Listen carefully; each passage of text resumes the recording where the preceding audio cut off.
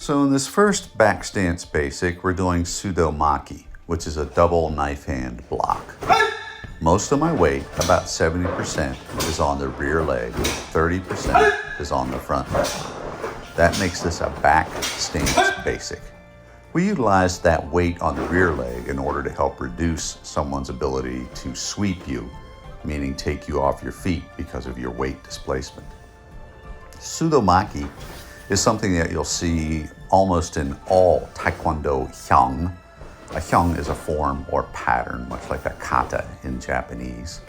You'll notice on my sudo that my weapons are always leading my body, called leading center or leading position weapon first. And from here I go back to my goman and sho position.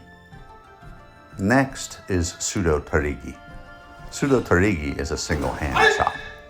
A good rule to remember on this is that the hand that does the chop is always on top. As I'm coming through this position, again emphasizing the back stance position, I want to chop with the edge of the knife hand. Let's watch this more slowly. I'm going to come to my Jhoon Rhee position.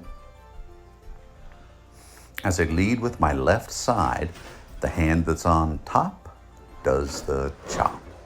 Moving through, this is a very powerful strike. It can be utilized as a strike to the side of the throat or strike to the side of the jaw.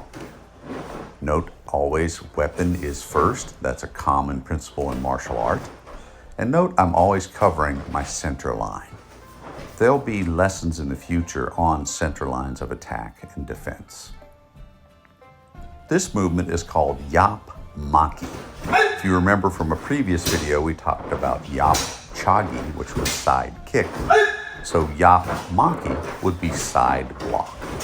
This is a side block from a back stance position. I like to tell students to think about scooping ice cream. So whenever you see this movement, you'll see that I scoop from below or come from underneath and scoop upward. This can also be a strike across the bridge of the nose, on the inside aspect of the arm to the radial nerve region or brachial plexus. Notice I'm scooping ice cream. Note that my weapon is always first. Turning duryadur. As I come back, the exact same principle. Scooping, weapon first, and all blocks can be strikes. Something Master Rhee taught me many years ago.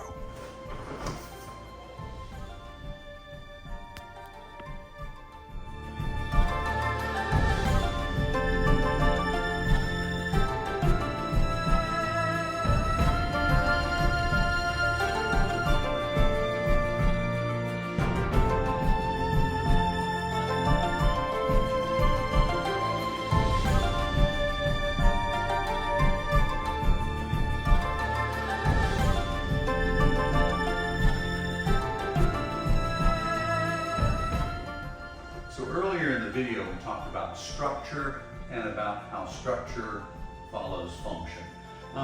This is called a MAKIWARA in Japanese karate.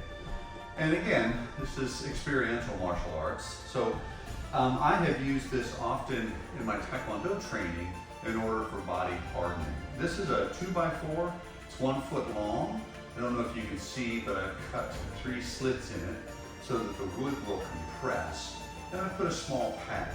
So when we're talking about body hardening, we're talking about with the fist properly structured, when I'm striking, also on the knuckles, leading knuckles, trying to build up the structure of the hand. I can do the same with this idea of a shuto strike, reach hand strike, palm strike, reverse wrist. So that over time, my hand structure becomes strong. I don't have any arthritis at all in my hands, so before you ask that question. I think that this type of repetitive hitting helps to build the bone structure through what in medicine we would call osteoclastic activity and osteoblastic activity.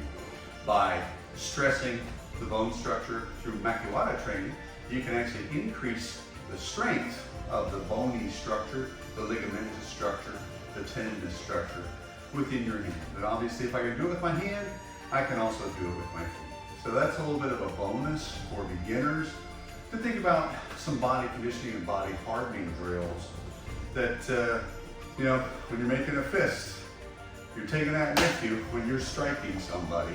So it's a weapon that you get to carry with you for the rest of your life.